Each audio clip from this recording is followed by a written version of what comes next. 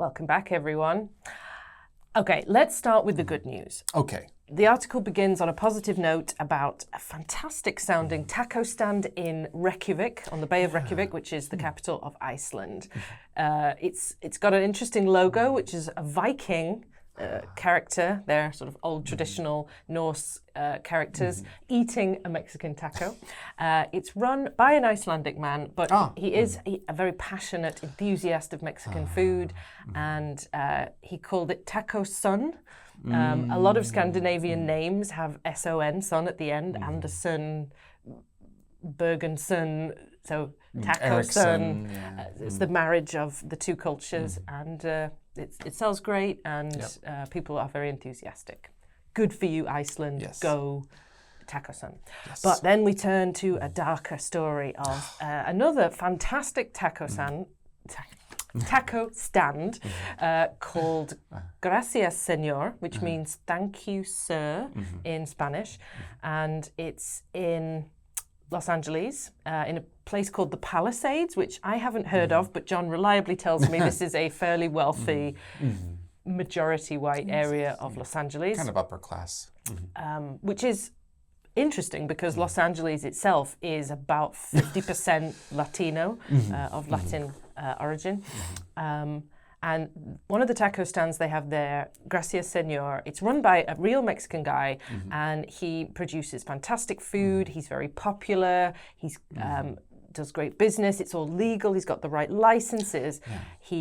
Everything is just fantastic and above board, but he's parked right next to a particular grocery store called Ralph's. And for some reason, the people who own this Ralph's keep complaining about him, and they try to call the police. They complain about his customers are making problems, or his customers are parking in our parking lot, and they seem to be doing everything they can to get rid of him, despite his popularity and his absolute right to be there.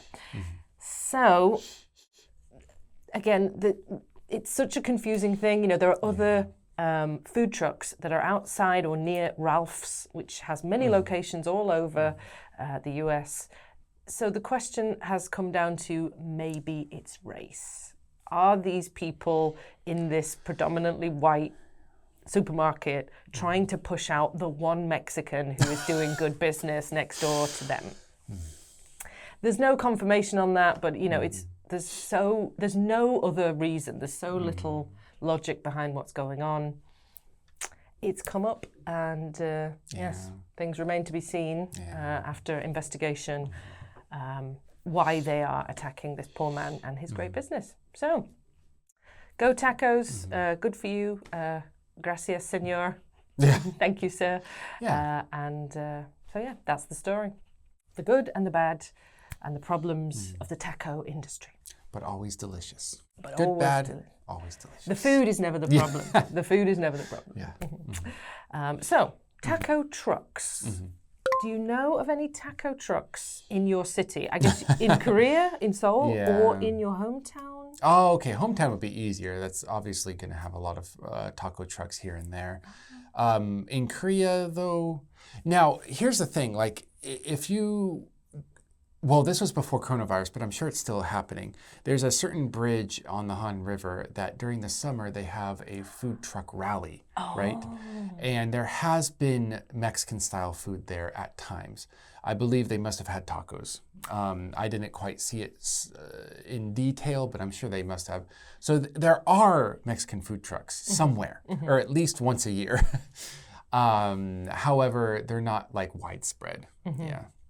Unfortunately. Yeah, I think my boyfriend did mention, I don't know if it was a truck or a new store, but he's found a really good taco place in Itaewon, and it might be a truck.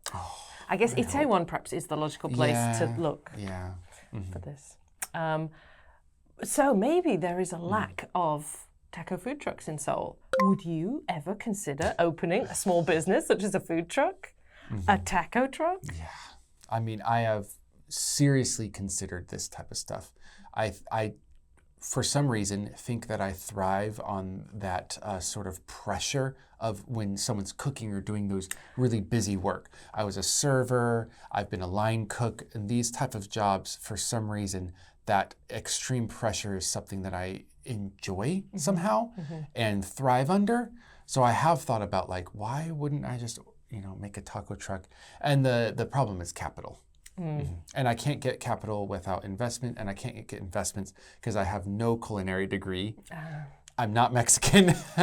I mean, the guy in Reykjavik is also not Mexican, but maybe he had capital in a different way. But you know what I mean? Like it doesn't. Selling American food would probably not catch on as well as selling something more unique. Yes. I mean, there's a ton of American burger places, American pizza. Exactly. Yeah. So it's just, a hot dog stand, but no one would actually buy it. I don't know. I might. There is a serious lack of cheap hot dogs in Korea. Yeah. But there might be a reason for that. That's what I'm afraid of. Possibly. You'd have to do some market research. I'll make my own hot dogs. John's hot dog stand or hot dog truck. John's dogs. John's dogs. John's dogs. That sounds very British somehow. John's dogs. Oh, wow. Anyway, okay. while we brainstorm hot dog business ideas, it's going to be to die for. We have a wonderful selection of vocabulary for you to chow down on today. Have a blast and come back and see us in the next one. Bye-bye. Bye.